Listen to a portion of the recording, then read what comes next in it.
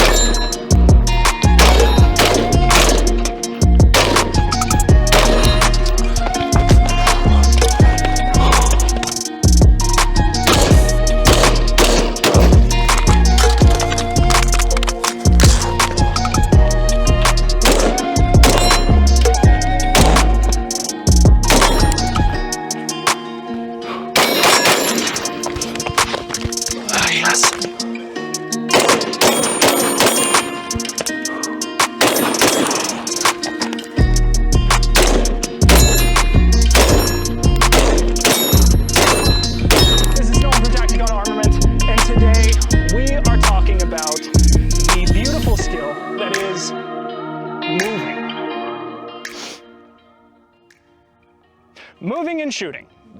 It's not as simple as it sounds. I know I make it look super easy because, like, you know, I'm the best or whatever. Whew.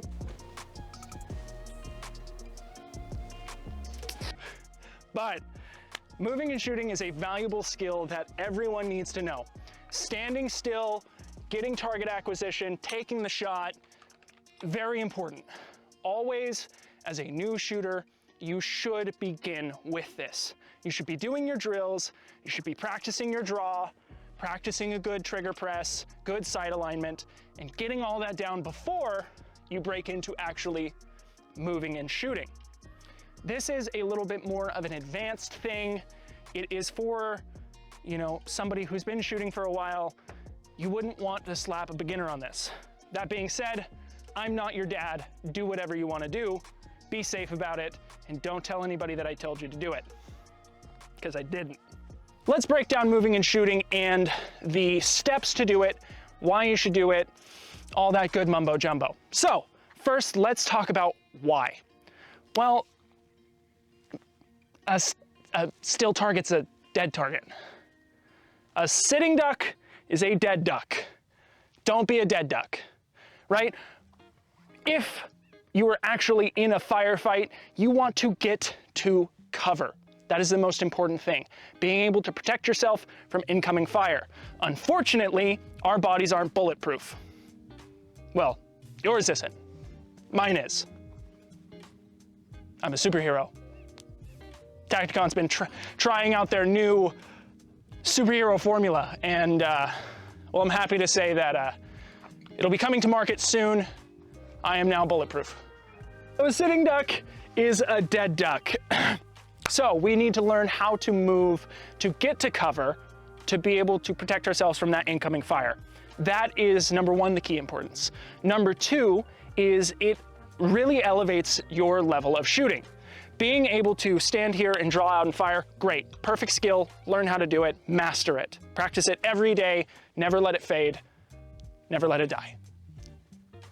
This skill, however, being able to move, draw, acquire the target, and actually be able to press off a shot while in motion, well, now your brain is balancing 6, 7, 8 different things instead of just draw, press, sights, trigger press. Now you're like, I gotta step, I gotta move. So let's break down how to do it, and then we'll talk a little bit more about it. Moving and shooting is relatively easy once you get the base mechanics of it. When you're shooting, you don't want to be bobbing up and down. So let's take that as our first lesson. Let's learn how to walk in a smooth, straight line so our heads and our sight isn't bobbing up and down.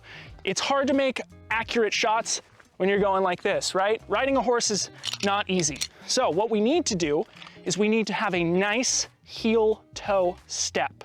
We're going to bend our knees, lower our hips, make sure we're still in a good relaxed shoulder position, and now watch my feet.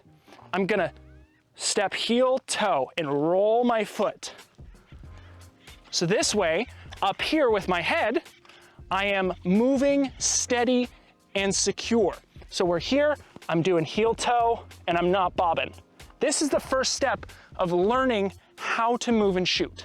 I find it easiest to practice going towards your target first. From there, then you can start messing around with going backwards and side to side. But remember, from here, firearm out, we're gonna take a nice, slow heel-toe step.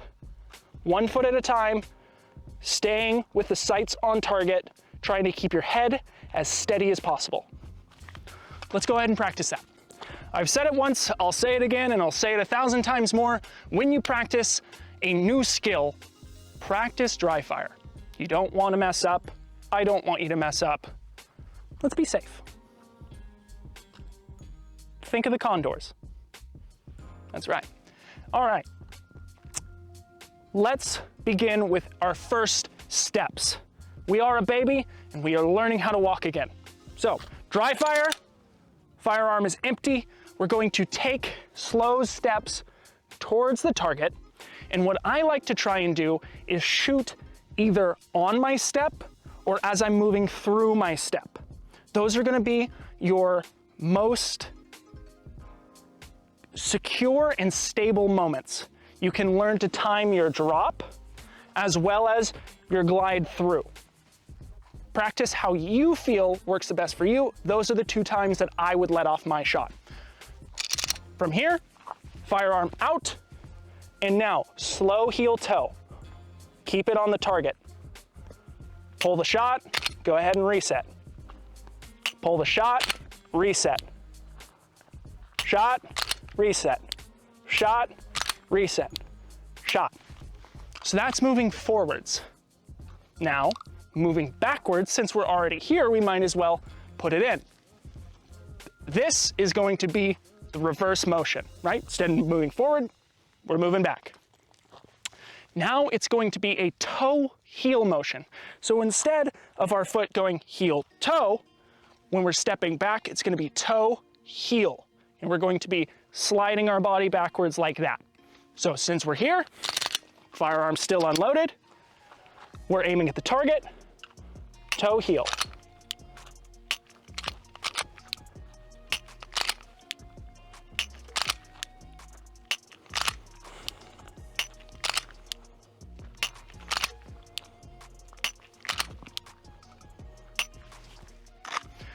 Now, a key point to this movement is to not get your feet all jumbled up on themselves. Try and stay center and straight with the target, so that way your hips and your feet are in line moving forward. You don't want to get all jumbled up and fall over. We're not on a tightrope, we're on the great big earth that is. Now that we've spent 10,000 hours practicing dry fire, which I know you have, we're going to now incorporate live fire.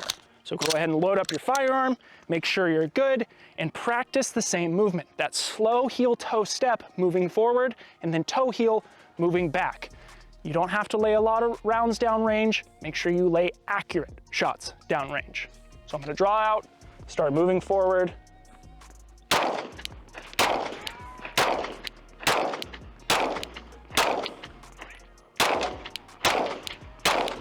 And now that I'm here, I'm gonna start moving back with my toe-heel movement.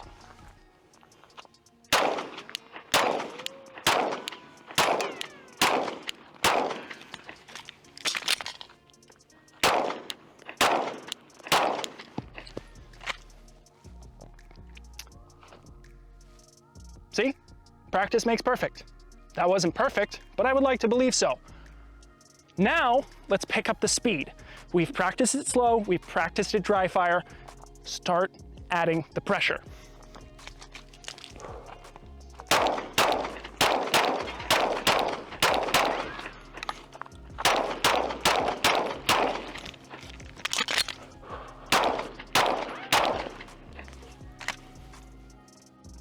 From there, all it really is picking up the speed and moving faster.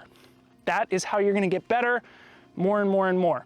Always feel free to revert to a slow movement. When you're out here, let's say you're at your target. We're moving, we're shooting, we're missing. Slow it down. There's no need to continue shooting if you're missing the target. That's the point. That's the point of shooting. We need to hit the target. So when we're here, if I'm throwing shots off and I notice, hey, my steel's not ringing, or my cardboard, I'm shooting high shoulder or low hip, slow down your movements. Instead of being here, slow it back down, and then pick up the speed as necessary. Now you're probably thinking to yourself, but Nolan, I don't just go forward and back. Sometimes I go side to side. And to that I would say, stop doing it. It's redundant. You don't need to move side to side when you can move forward and back. Just turn, walk that way. An idiot. There are a few different ways that you can actually move side to side while shooting. One is less suggested, and it's a little bit more complex of a foot maneuver. The other is easier. You'll see, we'll get into it. So the first method is the one that I would suggest to most people because it's gonna be easier, it's less on the brain. The second method we'll get into in a second. So for moving side to side, when I'm facing my target, what I'm going to want to do is I'm gonna walk straight, but I'm gonna turn my upper body. So that way, my feet aren't getting all jumbled up. Watch with me here. So I'm gonna draw out towards the target, get in my good firing position, ready to go.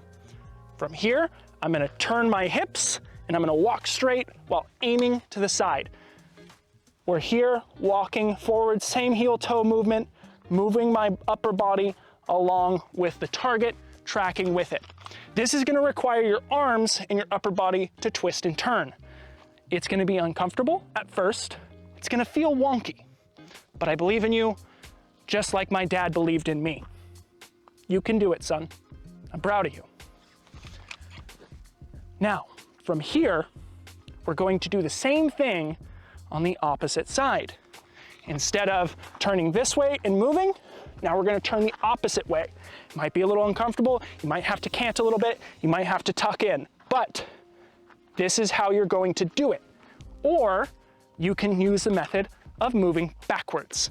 Just like forward and back, moving side to side, you can take the same steps.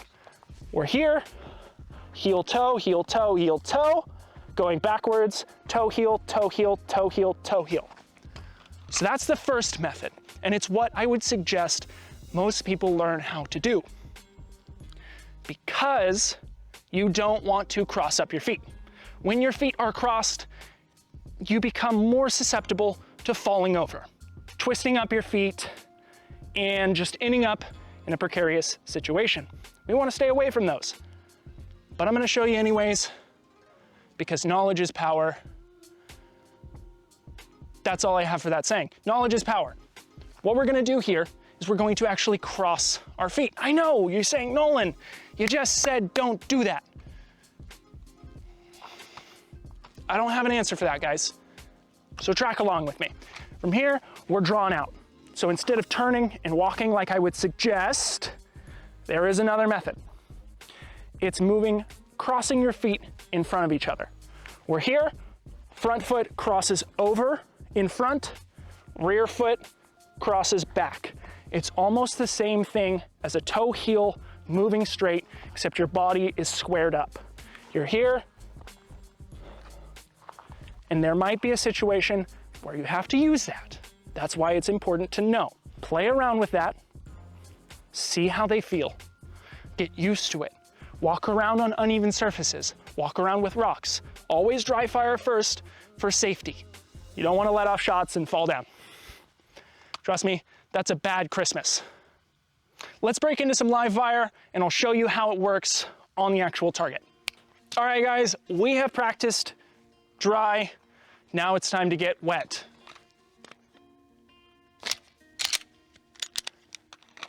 Yeah.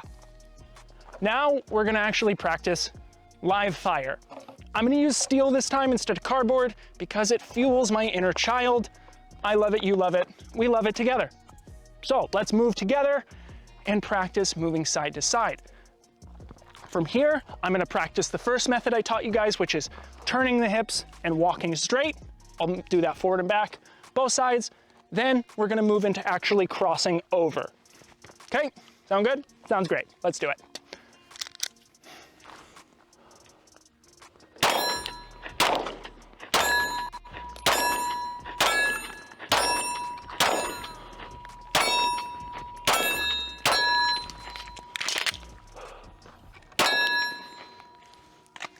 So that was turning the hips and moving in one specific direction. As you can see, it's a little bit more difficult. It's not as easy to move side to side as it is forward and back. One, target's getting closer and further away. This one, you're changing your angle. And walking sideways is hard, man. You know, it's just hard. Let's now cross our feet. Again, this isn't my most suggested way to move sideways and shoot, but I feel like you should know how to do it, or at least I should give you an example. So again, from here, draw out, cross.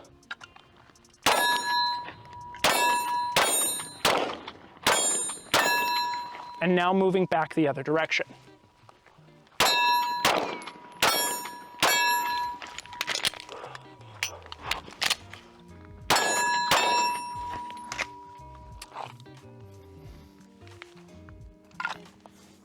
So I've shown you all of this basically with a pistol. It's practically the same thing with a carbine or a rifle. You just change up your body mechanics a little bit. Instead of pressing out like this, now you're holding a rifle. So moving forward and back is the exact same. You just hold the rifle as you would normally, forward and back. Side to side, pretty much the same thing. We're gonna turn, lock, here, and then we would shift and move back. It's a little bit more uncomfortable on the backwards movement than the forwards movement, and especially when moving to your non-dominant side. But it is what it is, and we gotta practice it. We gotta get proficient with it. Let me show you what the real use case scenario is, because we've been shooting targets. Let me show you the reason you would want this. First, we'll move backwards, because active threat, there's a shooter, we need to get to cover. Where's our cover? Well, hopefully we established that before, but in this case, we know it's right behind us. There's cover behind us. We've got a concrete barrier. What we're gonna do is we're going to assess, we're gonna move backwards as we're shooting, try and maintain good target accuracy, get behind the cover, and plan up from there. Ready? Let's go.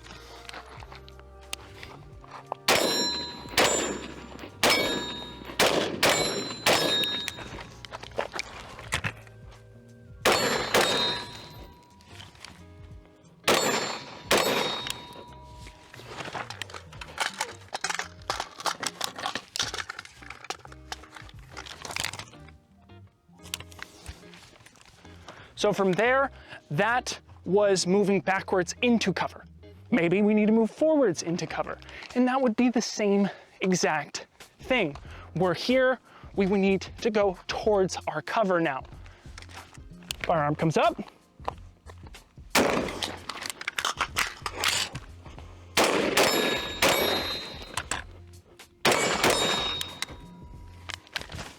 And that would be the use case scenario. You're trying to get towards your cover. Now, is it more practical to just sprint? Is it more practical to just run and get to your cover? Most likely. I can't guarantee what every situation is gonna bring. I can't tell you, hey, always just sprint to your cover and then go. I can't say, hey, take your time, take your shots. I can't tell you what the situation's gonna hold or what you're gonna need to do. That's why we need to practice for all situations in every occurrence. Practice running to your cover and then assessing the target. Practice moving and shooting to your cover. Practice moving away from your cover to other cover while shooting. Practice it all, get proficient, stay dangerous. Guys, ladies, lady guys, and guy ladies. Thank you so much for watching. This has been Nolan with Tacticon Armament, doing a reshoot of a previous video that I filmed when I was just a wee lad on the social media space. Thank you for watching. I appreciate all of you that have been here with us along the way, filming, watching Tacticon stuff. You know, it's been my pleasure, and we're gonna continue to give you more great, fantastic content for years to come. Eons, some may say. So please, get down there, like, subscribe, comment, share it. You know the drill. I love you. It's free. Do it. Helps me, helps you, helps us. Helps the world go around. It's kumbaya. Love you.